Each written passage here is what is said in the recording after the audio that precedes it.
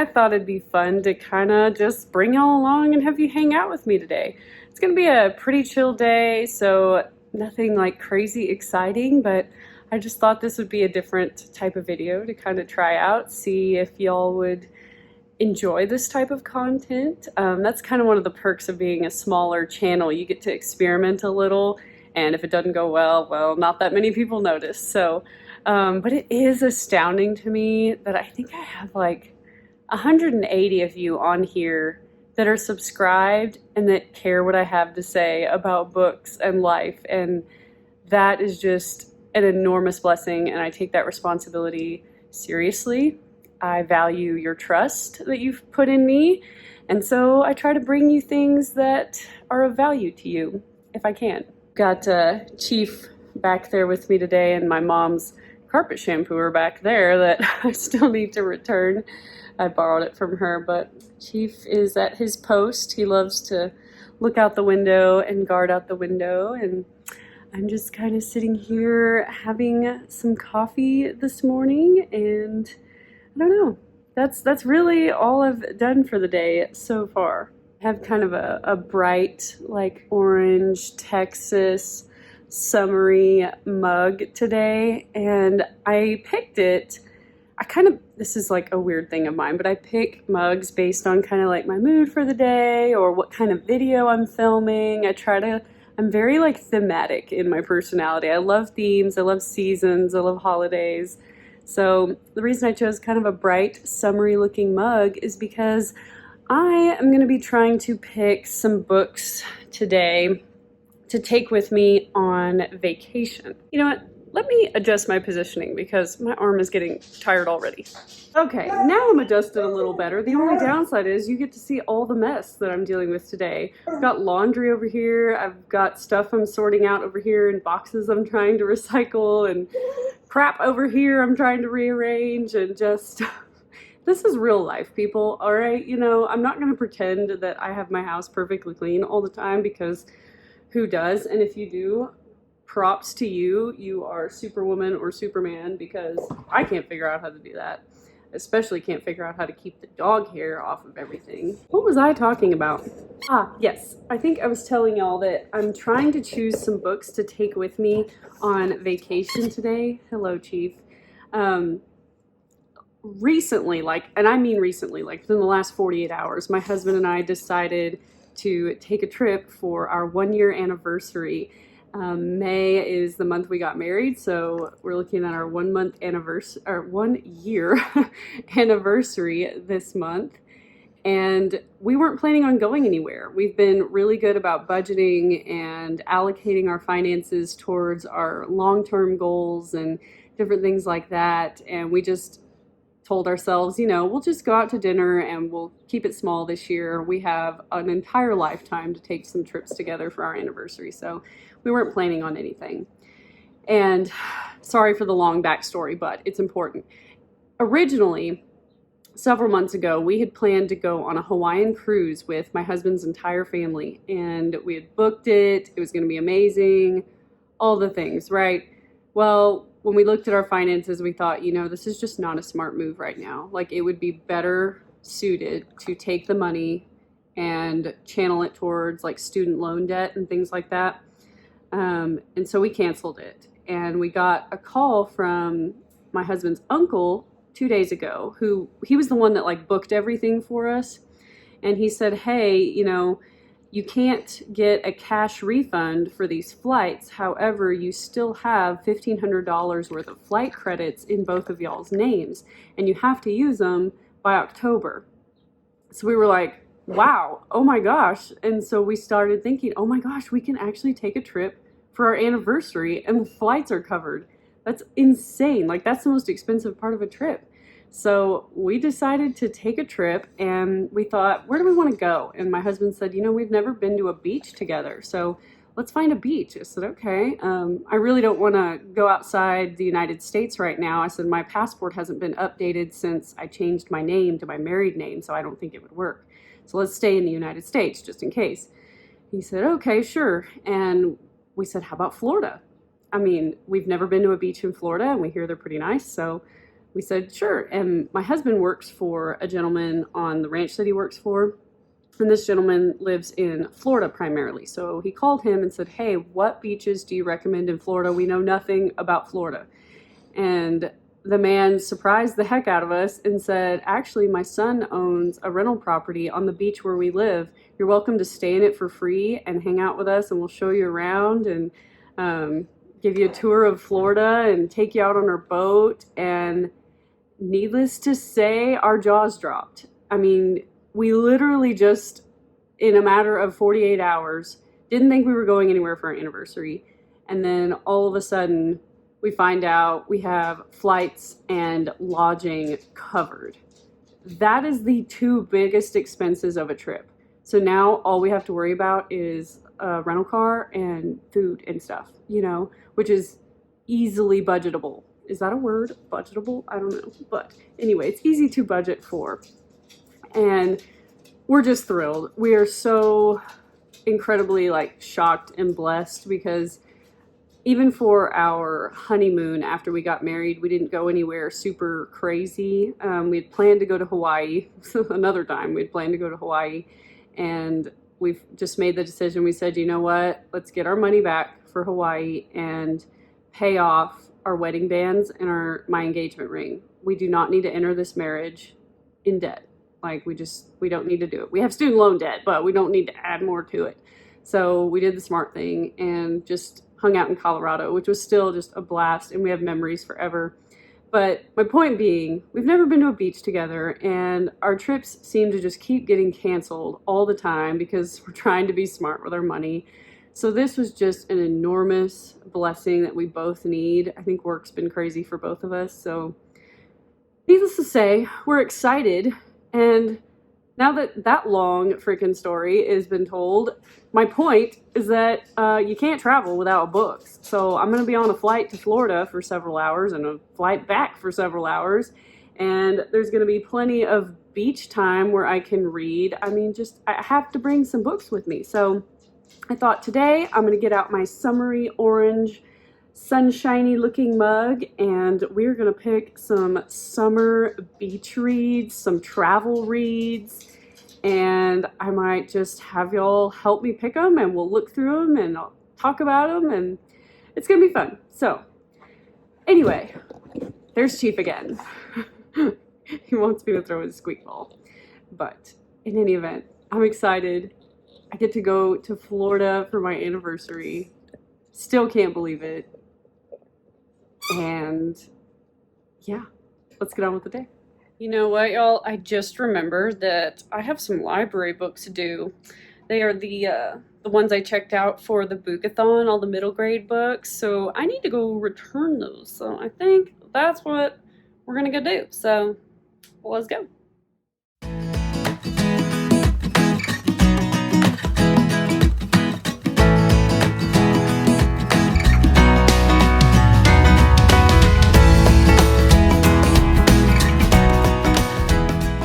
I just dropped off, and don't mind my really obnoxious little hanging thing.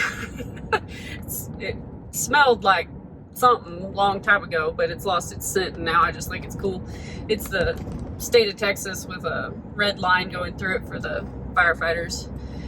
Anyway, I just dropped off some library books, so yay, got those returned on time, no fine for me. I think we're going to head back home, make a little lunch, and see where the day takes us.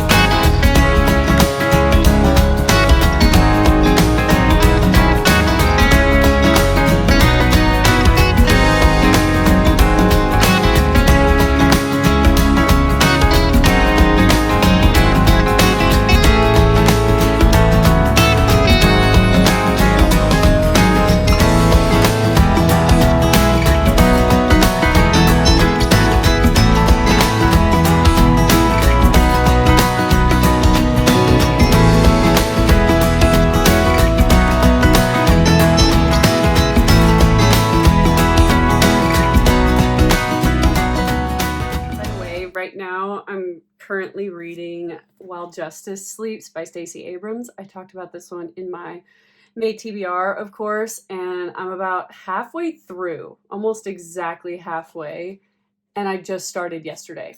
Like, I read half the book yesterday. It is so good, so compelling. The first like few chapters I was like, okay, this better start to pick up or I'm gonna lose interest, and it did, as if on cue. It totally did. It is pretty action-packed from the very beginning. Only a few chapters in, crazy stuff started happening. If you missed my May TBR, essentially you're following the main character Avery, and she is a law clerk for one of the justices of the United States Supreme Court.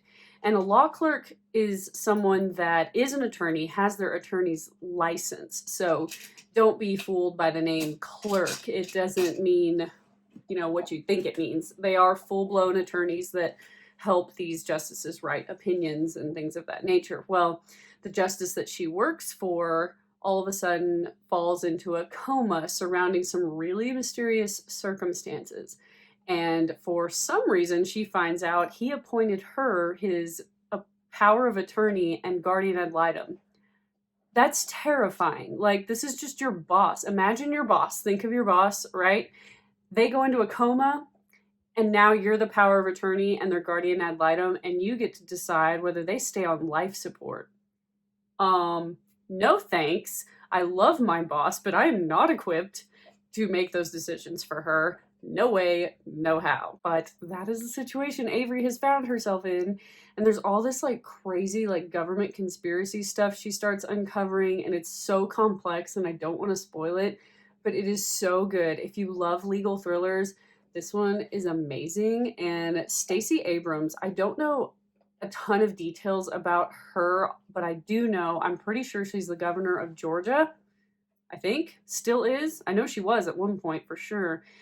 She's like this astounding attorney in her own right, and just brilliant. You can see it in her writing. So I love when attorneys write legal thrillers because they just, it's so factual. Now, granted, you've got to suspend your belief just a little bit with this because, you know, the law in real life, the way it kind of plays out can be kind of boring. So you have to add a little like, you know, fictional stuff to make it fun and entertaining. But there's a lot of basis in it, and a lot of her commentary on the law and our Constitution and the way it works is just so like, oh, just gets my little attorney heart. So I'm loving it. If I read half of it yesterday, maybe I can finish the other half today if I have some time to read.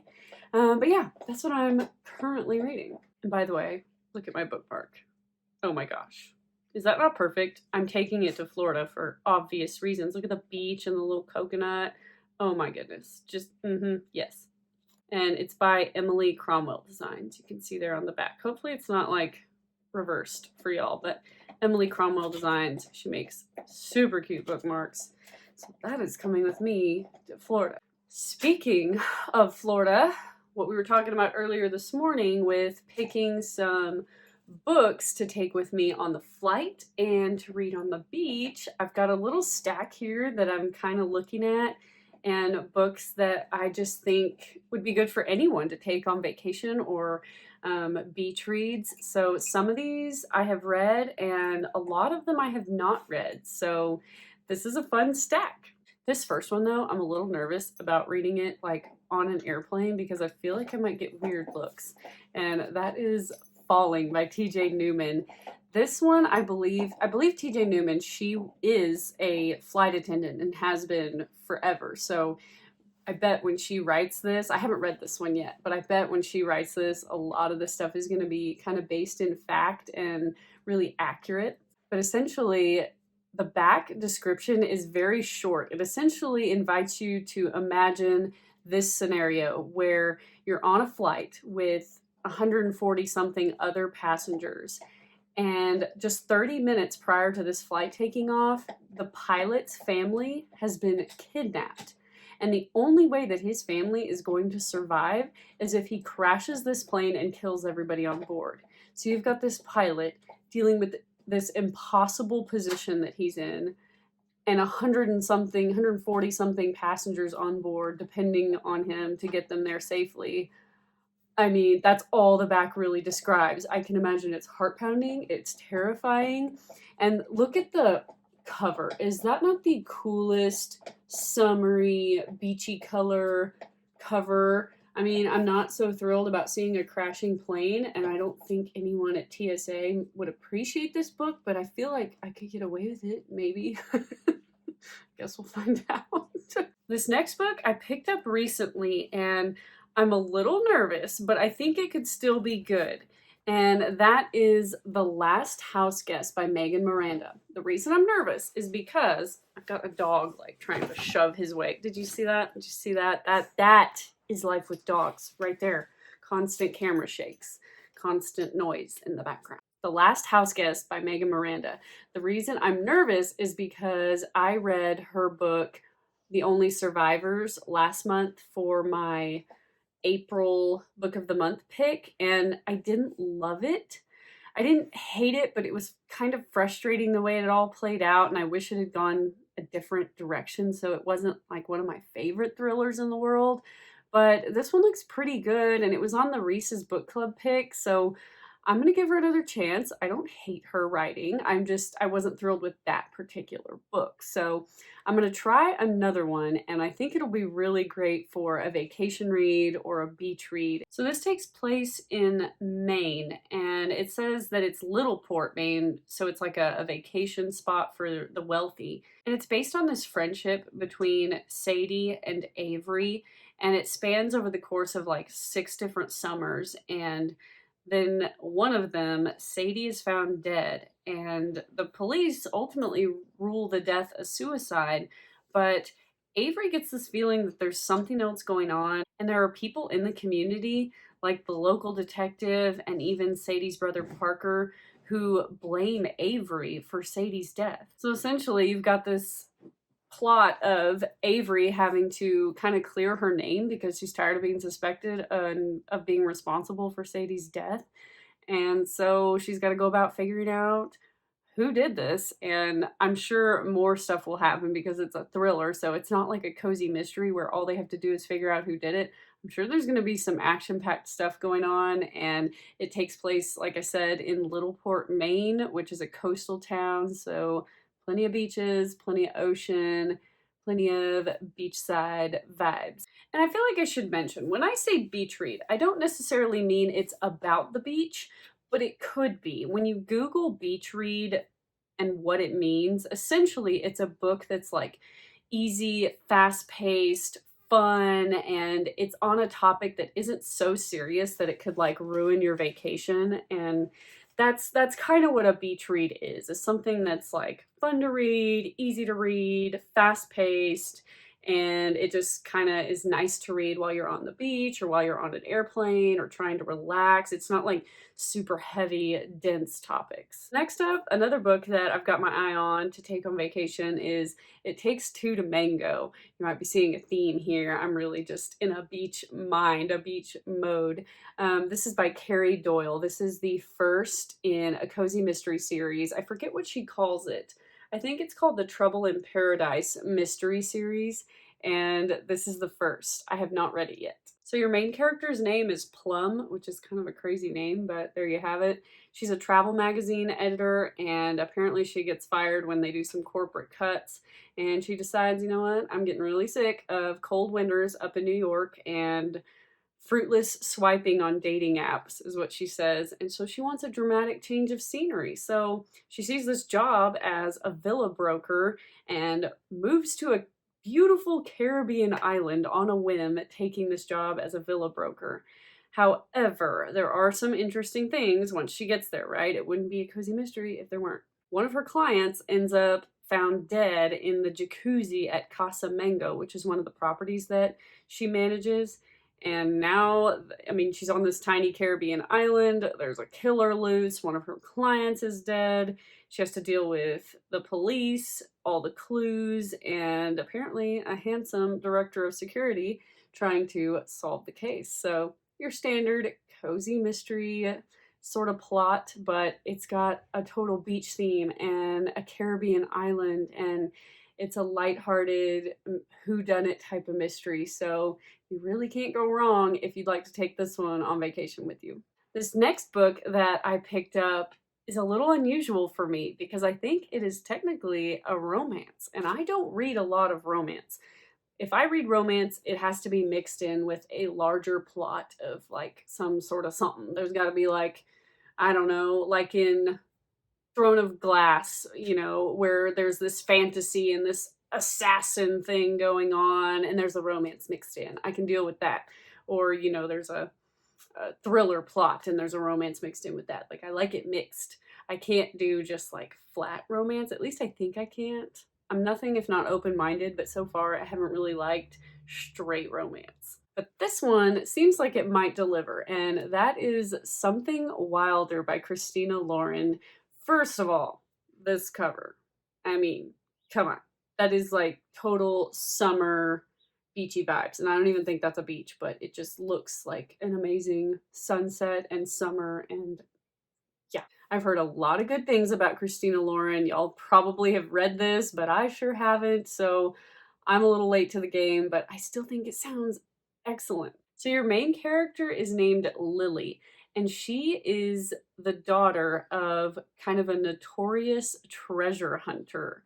I love treasure hunter stories. So apparently she's like forced to go on these treasure hunts with him, and one of them is through the canyons of Utah, and apparently it pays the bills, but it's not enough to buy back the ranch that her dad sold years ago. The book says that it's definitely not enough money to deal with the sight of her first love walking back into her life with a motley crew of friends ready to hit the trails. And then apparently it's going to be kind of like dual perspective, because not only are you following Lily, but you're following Leo, which I'm guessing is her first love that we just heard about. The back says that when the silhouette of his greatest regret comes into focus in the flickering light of the campfire, he realizes he wants nothing more than to reconnect with his first and only love. So I'm guessing he's talking about Lily. However, apparently this trip he's on with his friends, it goes completely sideways, and they start to wonder if the legend of this hidden treasure that her dad's been after wasn't actually just a gimmick after all. So you've got Lily and you've got Leo alone in this isolated, dangerous maze of these Utah canyons, and they have to decide whether they'll risk their lives and hearts on the adventure of a lifetime. So you can see there, we've got this like kind of, I don't even know if it's a subplot or kind of the main plot of this like treasure hunting that could possibly be in these Utah canyons. I guess that's what these are here down on the corner. And you've got this, you know, romance going on. I guess it's like a second chance romance, because it sounds like he called her his greatest regret. So maybe they, you know, and she called him her first love. So maybe they were a thing back in the day and something happened and now they get a second chance, all the while treasure hunting. You know what this reminds me of? It reminds me of Fool's Gold with Matthew McConaughey and Kate Hudson. I love that movie because I think it's almost the exact same sort of storyline. Kate Hudson and Matthew McConaughey used to be like married or something, and then I guess they got divorced or broke up, and they're both treasure hunters, and then they go on this adventure together and, you know, rekindle their love or whatever. You get what I'm saying. If you haven't seen that movie and you liked this book, or vice versa, I think if you like one, you'll like the other probably. At least it's what I'm hoping with this book. So I'm going to give a romance a shot. Again, maybe I'll end up liking the genre. You never know. This next book is by the author that just came out with the book called The Villa. That's Rachel Hawkins. And this book is Reckless Girls.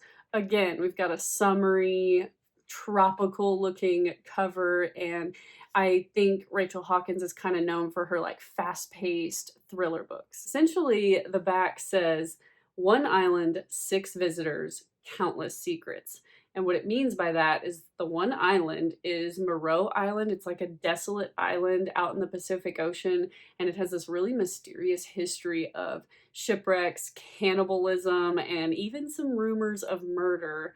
And apparently it's the perfect destination for adventurous travelers. 6 visitors are 6 20-somethings, and they're going on this like just vacation, journey, adventure, whatever you want to call it, and they're looking forward to it However, they start to realize, man, we're really cut off out here. This is a really isolated spot. And they start to just get this really creepy feeling that something's not right. And then it says countless secrets. So someone goes missing, and then another one turns up dead, and all the people remaining are starting to wonder what is going on, what is this island, and what are we doing here? It's really all it describes, but one of the blurbs on the back calls this a literary pina colada. That is the best description of a book that I've ever heard, and it just makes me want to pick this up even more. I have about 3 books left that I want to share with y'all, and the next one is Something in the Water by Catherine Steadman. I want to say this author recently came out with The Family Game.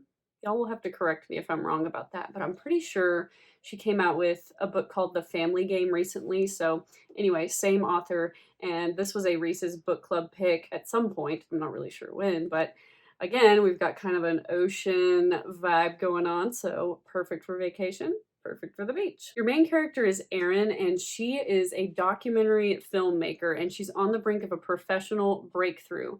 And then you also have Mark, who is a handsome investment banker, and apparently they are just completely in love, and they've just gotten married, and they're going on their honeymoon to the tropical island of Bora Bora. And they're enjoying themselves, and then while they're scuba diving one day, they find something in the water. It doesn't say what, and that's the end of the description.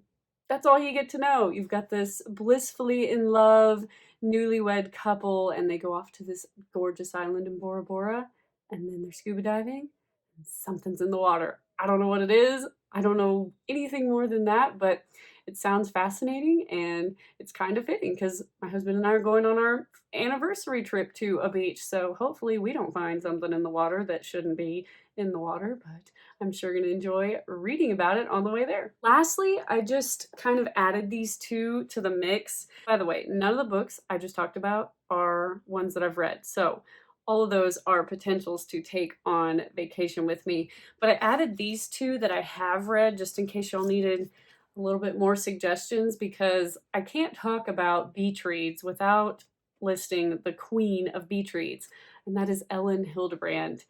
Believe it or not, I actually like these. I know I've got a thriller horror loyalty, and that is probably still my favorite 2 genres to this day, but when I do venture into romance and literary fiction and things like that, I can still enjoy those things, and Ellen Hildebrand is one of those authors that I really do enjoy. I think I read these, gosh, years ago. One is called The Identicals, and one is called The Perfect Couple. Most of her books, if not all of her books, take place on the island of Nantucket, so it always takes place on a beach in this little coastal town, and her stories usually vary, but there's usually some element of romance, and a lot of times there's like a female friendship or a sister bond type of trope going on. I don't even know if it's a trope or just sort of a theme that happens in her books. So I think that's something that's probably important to her as a writer, is female friendships, female relationships. So if you're into that sort of thing, you might really enjoy her books. She's got a ton of books. I mean, she's been writing forever. And if you follow her on Instagram, she just looks like one of the coolest people. I would love to have a margarita with that woman. She just looks like so much fun, and I'm so jealous of her tan. That is one thing I need to figure out before I go to Florida. I'm so winter white right now. But yeah, those are kind of the books that I am thinking about taking on vacation. I don't think it's realistic to take this entire stack, or is it? I don't know. Tell me, would y'all bring just 1 or 2, or is this like, you know, way too many? What would you do? Let me know. And you know what another amazing thing about travel is? Airport bookstores. Ooh, I love airports in general. I love flying. I love airports. But airport bookstores, there's just something about them. Everything's overpriced, but you know, it just doesn't seem to matter when you're in the airport, just waiting on a destination you're going to go to, and you've got your way overpriced Starbucks coffee, and you're about to buy an overpriced book, but you don't care because you're headed to the beach. It just, you know the vibe I'm talking about? It's a good one. Well, those are really the beach reads that I had to recommend. So we're just gonna get on about our day. Like I said, I have a pretty chill day today. I might do a little bit of work from home today and get some reading done. I'm gonna try to finish While Justice Sleeps. We'll see if I get that far. And yeah, there may not be a whole lot going on today, but I just thought it'd be fun to do a little more casual, relaxed style of video. So we'll just see how it goes. And yeah, I'll catch up with you guys in a little bit. I was also just watching, which I need to go back and finish it. I was just watching Sarah Caroli. I'm so sorry, Sarah, if you're watching this. I'm butchering your last name. But Sarah Caroli, that's what I'm going with. Her latest vlog, and it's so funny because she is vlogging her Florida vacation. She just went to Florida on vacation, and she's vlogging and reading a bunch of books on vacation. And I was like, what a darn coincidence, right? Like, I'm sitting here talking about my Florida vacation, talking about books to bring on vacation, and she's vlogging it. So yeah, I was also planning on potentially vlogging some of my vacation. We'll see how that works out, because I'm one of those people that I really like to be present in the moment and with the people I'm with. So as long as it's not intrusive with what I'm doing, I will definitely try to make that happen, which means it might not go up on Sunday that week that we go, but it might go up on the following Wednesday. We'll see. You know, we'll see how it goes. Typically, I try to do a video a week, so one way or the other, I'm not gonna let y'all down. And have y'all ever tried these poppies? This is the strawberry lemonade one, or strawberry lemon. It's really awesome. It has prebiotics, has apple cider vinegar with immunity boosting ingredients, and all of the ingredients are super natural. There's only a handful, and there's not a bunch of like chemical names on there. I'm not sponsored by them at all. I just really like them. Although if they want to sponsor me, let me know. That'd be nice. Hey y'all, back again. I just did a quick at-home workout to get my body moving for the day, and it wouldn't let me record anything because I needed my phone for the workout part. I was like following along on an app, and it wouldn't let me do that and record. I've been doing this whole vlog on my phone. It's just a lot lighter and easier than lugging my big camera around all day. But anyway, that's what I did, and I really don't have much going on the rest of this day, so it'd be kind of boring for y'all. And with that, I think I'm going to close this vlog out. I enjoyed having y'all hang out with me today and check out some summer reads, some beach reads. Hopefully, if you're taking a vacation or going on a trip, you found some ideas, and I can't wait to go to Florida and see which books I bring with me. I'm going to hopefully vlog that. We'll see how that goes. And yeah, I think that's it for me. And Chief, we'll see y'all in the next video. Bye, y'all.